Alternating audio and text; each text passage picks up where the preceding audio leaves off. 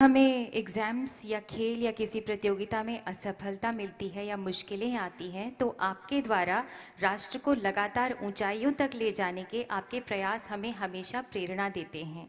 17 घंटों की आपकी व्यस्त दिनचर्या में आपको ऊर्जावान बनाए रखने और बिना थकान महसूस किए उत्साहित रखने में ऐसी क्या चीज़ है जो आपको हमेशा मोटिवेट करती है? हम अपने लक्ष्य को पाने के लिए प्रॉपर टाइम मैनेजमेंट स्केड्यूल का पालन कैसे करें? माननीय कृपया बताएं। आपने अपने परिवार में देखा होगा, आप कभी थक जाते होंगे, आप कभी बोर हो जाते होंगे, आपका मन भी करता होगा नहीं यार ये कुछ और करें। लेकिन क्या कभी सोचा है कि हमारी माँ का भी तो शरीर होता है, उसको भी कभी थकान लगती होगी, उसको भी कभी बीमारी आती होगी, उसको भी मन करता होगा चलो आज सो जाए। लेकिन वो हर पल कितनी बीमार क्यों न हो, बच्चे का स्कूल से आने का समय होगा तो हंसते हुए चेहरे के साथ दरवाजे पर खड़ी रहती है।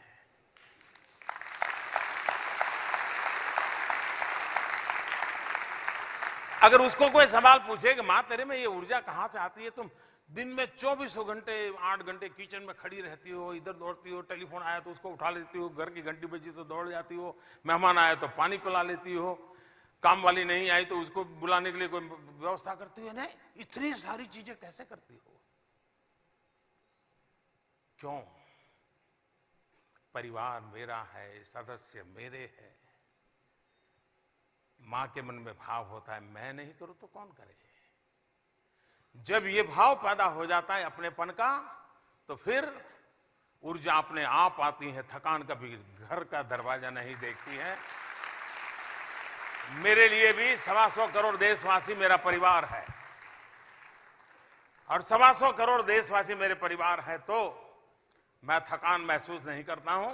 हर पल मैं सोचता हूं, रात को जब बिस्तर पे जाता हूं तो सुबह का सोच करके जाता हूं, दिन भर कितना किया नहीं किया बात की बात है, कल सुबह नए उत्साह से निकल पड़ूंगा, ये सोच करके बिस्तर पे जाता हूं और नए उमंग नई ऊर्जा के साथ आता हूं।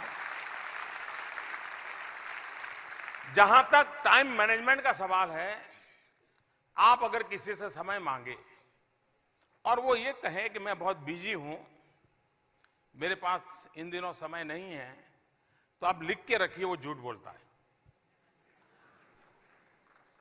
मतलब उसको समय का उपयोग आता नहीं है।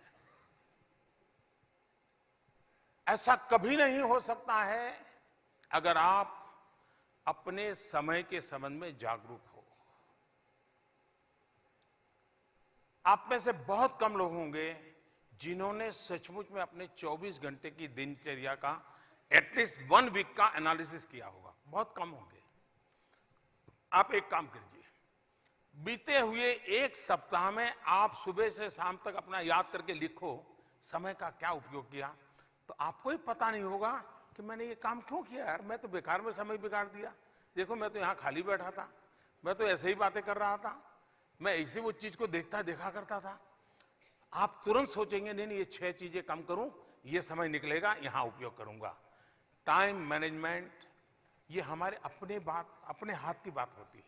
हम इसको बड़ी आसानी से कर सकते हैं और इसके लिए कोई बड़े MBA, बहुत बड़ी कोई ऑक्सफोर्ड की किताब पढ़ना कोई जरूरी नहीं है। आप सिंपली अपने यहां घर काम के लिए आने वाली महिला को जरा ऑब्जर्व कीजिए। इन दिनों एक ही परिवार में घर काम करने वाली जो लोग होते हैं बहुत कम होते हैं। वे 10-12 घरों में काम लेते हैं और उनको पता होता है कि इनके घर में 7 बजे बर्तन साफ करता है, उनके घर में 9 बजे बर्तन साफ करना होता है, उनके घर में 11 बजे कपड़े धोने होते हैं, उनके घर में 12 बजे किचन में जाना। आप देखेंगे साइकिल होगी, स्कूटी होगी, ट्रैफिक का सारा हिसाब किताब होगा, लेकिन बिल्कुल टाइम मैनेजमेंट उनका परफेक्ट होगा। वो 3-4 बजे तक जितने परिवारों में सेवा करती हैं या करता है वो बिल्कुल परफेक्ट टाइम मैनेजमेंट से करते हैं कि नहीं करते हैं। हमने ऑब्जर्व नहीं किया उसको। यानी जिसने स्कूल देखी नहीं है, क्लास देखा नहीं है, लेकिन उसको भी समझ है कि मेरे समय को मैं ऐसे बांटूं। और आपने देखा होगा किसी घर में अगर नहाने में देर हुई है, कपड़े धोने बाकी हैं, तो वो कह देती है कि ठीक है रखे रखो, कल साथ में धोऊंगी, आज नहीं धोऊंगी, मेरा समय तय है। होता है कि नहीं होता ऐसा? आपने ऑब्जर्व ही नहीं किया है। यही गड़बड़ है।